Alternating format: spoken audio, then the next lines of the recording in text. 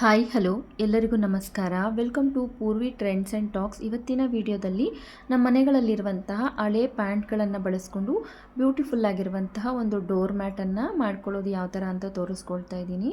ಬ್ಯೂಟಿಫುಲ್ಲಾಗಿ ಅಲ್ಲ, ತುಂಬಾ ಹೆಲ್ಪ್ಫುಲ್ ಆಗುತ್ತೆ, ತುಂಬಾ ಚೆನ್ನಾಗಿ ನೀರೆಲ್ಲ ಅಬ್ಸರ್ವ್ ಮಾಡ್ಕೊಳ್ಳುತ್ತೆ.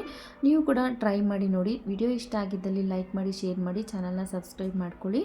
ನಾನು ಇಲ್ಲಿ ಎರಡು ಹಳೇದಾಗಿರುವಂತಹ ಜೀನ್ಸ್ ಪ್ಯಾಂಟ್ಸನ್ನು ತೊಗೊಂಡಿದ್ದೀನಿ. ಒಂದು ಲೈಟ್ ಕಲರು, ಇನ್ನೊಂದು ಡಾರ್ಕ್ ಕಲರ್ದಾಗಿದ್ದರೆ ನಾವು ಮ್ಯಾಟ್ ಮಾಡಿದಾಗ ನೋಡಲಿಕ್ಕೆ ತುಂಬಾ ಚೆನ್ನಾಗಿರುತ್ತೆ.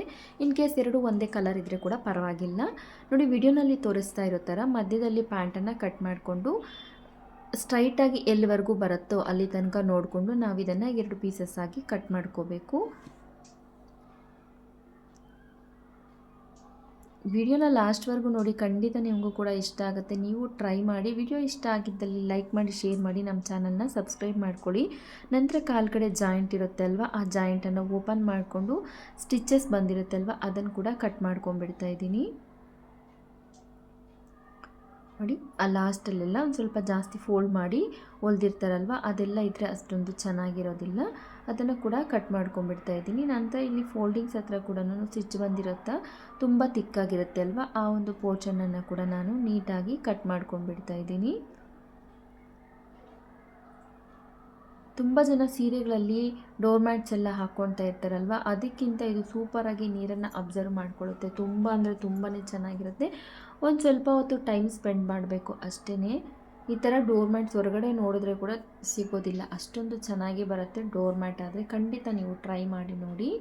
ಈಗ ಈ ರೀತಿಯಾಗಿ ಕ್ರಾಸಾಗಿರುವಂತಹ ಈ ಒಂದು ಬಟ್ಟೆಯನ್ನೆಲ್ಲ ಕೂಡ ಒಂದ್ಸರಿ ನೀಟಾಗಿ ಕಟ್ ಮಾಡ್ಕೊಂಡ್ಬಿಡೋಣ. ಎರಡೂ ಕಡೆಯಲ್ಲಿ ಕೂಡ ಈ ರೀತಿಯಲ್ಲಿ ಕ್ರಾಸ್ ಆಗಿರುವಂತಹ ಬಟ್ಟೆಯನ್ನು ನೀಟಾಗಿ ಕಟ್ ಮಾಡ್ಕೊಂಡ್ಬಿಡೋಣ. ಈಗ ನಾನು 4 ಇಂಚು ಅಗಲ ಇರೋ ಥರ ಎಷ್ಟು ಪೀಸಸ್ ಬಂದರೆ ಅಷ್ಟು ಪೀಸಸನ್ನು ನಾನು ಈ ಒಂದು ಪ್ಯಾಂಟಲ್ಲಿ ಕಟ್ ಮಾಡ್ಕೊಳ್ತಾ ಇದ್ದೀನಿ. ಮೊದಲು ಟೇಪನ್ನು ತಗೊಂಡು ಮಾರ್ಕಿಂಗನ್ನು ಮಾಡ್ಕೊಳ್ತಾ ಇದ್ದೀನಿ. ಅದನ್ನು ಫೋಲ್ಡ್ ಮಾಡಿಕೊಂಡು ಸ್ಟಿಚ್ ಮಾಡಿಕೊಂಡಾಗ 2 ಇಂಚ್ ಬರುತ್ತೆ. ತುಂಬಾ ಚೆನ್ನಾಗಿರುತ್ತೆ ಈ ಒಂದು ಅಳತೆಯಲ್ಲಿ ಮಾಡ್ಕೊಳ್ಳೋದ್ರಿಂದ. ತೀರಾ ಸಣ್ಣದು ಅಲ್ಲ, ತೀರಾ ದಪ್ಪದಾಗೂ ಇರೋದಿಲ್ಲ, ಮೀಡಿಯಮ್ ಆಗಿರುತ್ತೆ. ನೋಡಲಿಕ್ಕೆ ಕೂಡ ಚೆಕ್ಸ್ ತುಂಬ ಅಂದರೆ ತುಂಬಾ ಚೆನ್ನಾಗಿ ಕಾಣಿಸುತ್ತೆ. ನೋಡಿ, ಫುಲ್ ಪ್ಯಾಂಟ್ ಎಷ್ಟು ಸ್ಟ್ರಿಪ್ಸ್ ಬರುತ್ತೋ ಅಷ್ಟವರೆಗೂ ನಾವು ಈ ರೀತಿಯಾಗಿ ನೀಟಾಗಿ ಮಾರ್ಕಿಂಗನ್ನು ಮಾಡಿಕೊಂಡು 4 ಇಂಚಸ್ಗೆ ಈ ರೀತಿಯಾಗಿ ಕಟ್ ಮಾಡ್ಕೊಳ್ತಾ ಇದ್ದೀನಿ. ಬಿಸಾಕುವಂತಹ ಒಂದು ಪ್ಯಾಂಟ್ಗಳಿಂದ ಒಂದು ಒಳ್ಳೆ ಡೋರ್ ಮ್ಯಾಟ್ ಆಗುತ್ತೆ. ನೋಡಿ, ಟೋಟಲಾಗಿ ನಾನು 2 ಪ್ಯಾಂಟ್ಸಲ್ಲಿ ಎಷ್ಟು ಬರುತ್ತೋ ಅಷ್ಟನ್ನು 4 ಇಂಚು ಅಗಲ ಇಟ್ಕೊಂಡು ಕಟ್ ಮಾಡಿಕೊಂಡು ರೆಡಿ ಮಾಡ್ಕೊಂಡು ಇಟ್ಕೊಂಡಿದ್ದೀನಿ. ಒಂದು ಬ್ಲ್ಯಾಕ್ ಕಲರ್ ಇದೆ, ಒಂದು ಬಂದು ಬ್ಲೂ ಕಲರ್ ಜೀನ್ಸು. ತುಂಬಾ ಚೆನ್ನಾಗಿರುತ್ತೆ, ಆಪೋಸಿಟ್ ಇರೋದ್ರಿಂದ ಕಲರ್ಸು. ಈಗ ಒಂದ್ರ ಮೇಲೆ ಒಂದನ್ನು ಇಟ್ಕೊಂಡು ನೀಟಾಗಿ ಬ್ಲ್ಯಾಕ್ ಕಲರನ್ನೆಲ್ಲ ಕೂಡ ಒಂದು ಲೈನಾಗಿ ಜಾಯಿಂಟ್ ಮಾಡ್ಕೊಂಡ್ಬಿಡಬೇಕು. ಬ್ಲೂ ಅನ್ನು ಒಂದು ಲೈನಾಗಿ ಜಾಯಿಂಟ್ ಮಾಡ್ಕೊಂಡ್ಬಿಡ್ತಾ ಇದ್ದೀನಿ. ಯಾಕಪ್ಪ ಅಂತಂದರೆ ಒಂದು ಸಣ್ಣದು, ಒಂದು ಸ್ವಲ್ಪ ಉದ್ದ ಇರೋದಿರುತ್ತೆ, ಒಂದು ಸ್ವಲ್ಪ ಕಡಿಮೆ ಲೆಂತ್ ಇರೋವಂಥ ಪೀಸಸ್ ಇರುತ್ತೆ ಅಲ್ವ, ಅದನ್ನೆಲ್ಲ ಕೂಡ ಒಂದೇ ಸಲ ಇಟ್ಕೊಂಡು ಜಾಯಿಂಟ್ ಮಾಡಿಕೊಂಡು ನಂತರ ನಾವು ಕಟ್ ಮಾಡ್ಕೊಳ್ಳೋಣ. ಈಗ ಎಲ್ಲ ಕೂಡ ನಾನು ಜಾಯಿಂಟ್ ಮಾಡಿಕೊಂಡು ಡಬಲ್ ಫೋಲ್ಡಿಂಗಲ್ಲಿ ಸ್ಟಿಚ್ಚನ್ನು ಹಾಕ್ಕೊಂಡಿದ್ದೀನಿ. ಅಂದರೆ 4 ಇಂಚಸ್ ನಾವು ಕಟ್ ಮಾಡ್ಕೊಂಡಿದ್ದೇವಲ್ವ, ಅದರ ಮಧ್ಯದಲ್ಲಿ ಫೋಲ್ಡ್ ಮಾಡಿಕೊಂಡು 2 ಇಂಚಸ್ ಬರುತ್ತೆ. ಲಾಸ್ಟಲ್ಲಿ ಒಂದು ಹೊಲಿಗೆಯನ್ನು ಹಾಕ್ಕೊಂಡಿದ್ದೀನಿ. ಈಗ ನಾನು ಒಂದು ಹಳೆ ರೈಸ್ ಬ್ಯಾಗ್ನಿಂದ ಡೋರ್ ಮ್ಯಾಟ್ ಸೈಜಲ್ಲಿ ನಾನು ಈ ಒಂದು ಬ್ಯಾಗನ್ನು ಕಟ್ ಮಾಡ್ಕೊಂಡಿದ್ದೀನಿ. ಈಗ ನೋಡಿ, ನಾನು ತೋರಿಸ್ತಾ ಇರೋ ಥರ ನಾವು ಲೆಂತ್ಗೆ ಒಂದು ಕಲರು, ವಿಡ್ತಿಗೆ ಒಂದು ಕಲರ್ ಅಂತ ನಾವು ಚೂಸ್ ಮಾಡಿಕೊಂಡು ಕಟ್ ಮಾಡ್ಕೋಬೇಕು. ನಾನು ಬ್ಲೂ ಕಲರ್ ಸ್ವಲ್ಪ ಜಾಸ್ತಿ ಇರೋದ್ರಿಂದ ಇನ್ ಕೇಸ್ ಸಾಕಾಗಿಲ್ಲ ಅಂತಂದರೆ ಇನ್ನೂ ಒಂದು ಪ್ಯಾಂಟ್ ಇದೆ, ನಂತರ ಅದನ್ನು ಬಳಸ್ಕೋಬೋದು ಅಂತ ಲೆಂತನ್ನು ಈ ರೀತಿಯಾಗಿ ಬಳಸ್ಕೊಂಡು ಬ್ಲೂ ಕಲರಲ್ಲಿ ಆ್ಯಡ್ ಮಾಡ್ಕೊಳ್ತಾ ಇದ್ದೀನಿ. ನೋಡಿ, ಇನ್ ಕೇಸ್ ಟೇಪಲ್ಲಿ ಕೂಡ ಅಳತೆ ಮಾಡಿಕೊಂಡು ನೀವು ಕಟ್ ಮಾಡ್ಕೋಬೋದು, ಇಲ್ಲಾಂದರೆ ಚೀಲ ಮೇಲೆ ಇಟ್ಕೊಂಡು ಕೂಡ ಅಳತೆ ಮಾಡಿಕೊಂಡು ಕಟ್ ಮಾಡ್ಕೋಬೋದು. ಈ ರೀತಿಯಾಗಿ ಅಳತೆ ಮಾಡಿಕೊಂಡು ಕರೆಕ್ಟಾಗಿ ಎಷ್ಟು ಲೆಂತಲ್ಲಿ ನಮಗೆ ಮ್ಯಾಟ್ ಬೇಕೋ ಅಷ್ಟು ಲೆಂತ್ಗೆ ಒಂದು ಬ್ಲೂ ಕಲರ್ ಪೀಸಸನ್ನು ಕಟ್ ಮಾಡ್ಕೊಳ್ತಾ ಇದ್ದೀನಿ.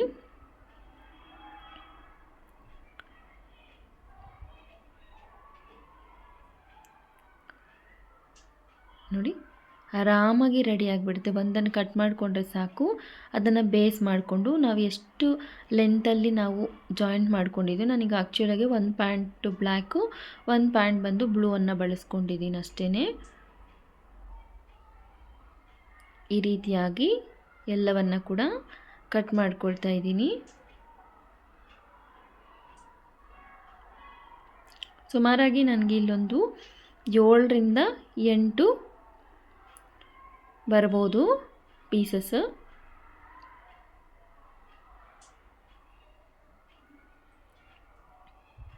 ಅದು ನಮಗೆ ಕರೆಕ್ಟಾಗಿ ನಮ್ಮ ಮ್ಯಾಟ್ ಅಗಲಕ್ಕೆ ಸರಿ ಹೋಗಬೇಕು. ನಾವು ಆಲ್ರೆಡಿ ರೈಸ್ ಬ್ಯಾಗನ್ನು ಕಟ್ ಮಾಡ್ಕೊಂಡಿದ್ದೀವಲ್ವ, ಅದಕ್ಕೆ ಕರೆಕ್ಟಾಗಿ ಅಗಲಕ್ಕೆ ಸರಿ ಹೋಗಬೇಕು. ಈಚ್ ಒನ್ 2 ಇಂಚಸ್ 2 ಇಂಚಸ್ ಬರುತ್ತೆ. ನನ್ನ ಮ್ಯಾಟ್ ಸೈಜ್ ಬಂದು 14 ಇಂಚಸ್ ಅಗಲ ಇದೆ, ಕರೆಕ್ಟಾಗಿ ಸರಿ ಹೋಗಿದೆ.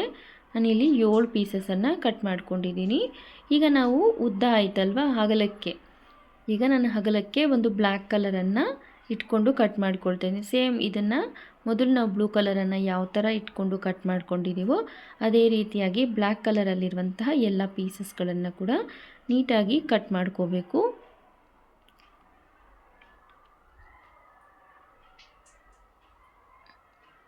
ನಾವು ಮೊದಲೇ ಪೀಸಸ್ ಆಗಿ ಕಟ್ ಮಾಡಿಕೊಂಡು ಜಾಯಿಂಟ್ ಮಾಡ್ಕೊಳಕ್ಕೆ ಆಗೋದಿಲ್ಲ. ಯಾಕಪ್ಪ ಅಂತಂದರೆ ಪ್ಯಾಂಟ್ ಒಂದು ಕಡೆ ಸ್ವಲ್ಪ ಏನಾದರೂ ಡ್ಯಾಮೇಜ್ ಇದ್ದರೆ, ಇನ್ ಕೇಸ್ ಏನಾದರೂ ಕ್ರಾಸ್ ಇದ್ದರೆ ಅದೆಲ್ಲ ಅಷ್ಟು ಪರ್ಫೆಕ್ಟಾಗಿ 4 ಇಂಚಸ್ ಅಗಲ ಬರೋದಿಲ್ಲ.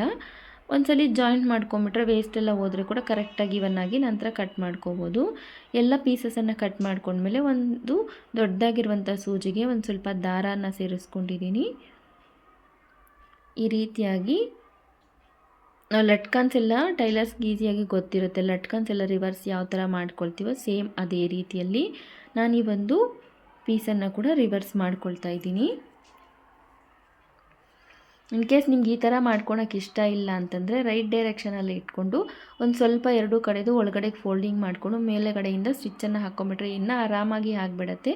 ಬಟ್ ಈ ರೀತಿಯಾಗಿ ಮಾಡ್ಕೊಳ್ಳೋದ್ರಿಂದ ನೋಡಲಿಕ್ಕೆ ತುಂಬಾ ಚೆನ್ನಾಗಿ ಕಾಣಿಸುತ್ತೆ.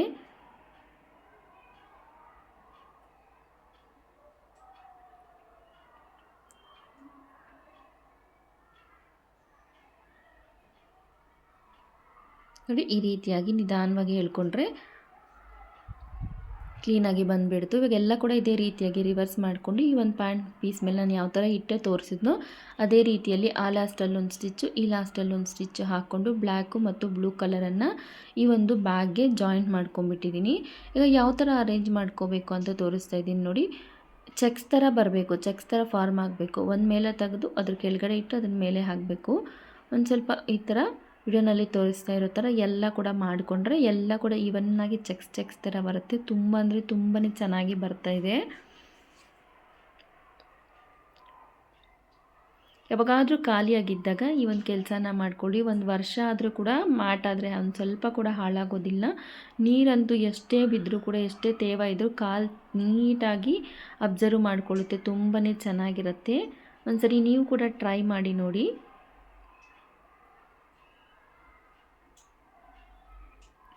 ನೋಡಿ, ಇದೇ ರೀತಿಯಲ್ಲಿ ಎಲ್ಲವನ್ನು ಕೂಡ ನಾನು ಅರೇಂಜ್ ಮಾಡ್ಕೊಂಡ್ಬಿಡ್ತಾ ಇದ್ದೀನಿ.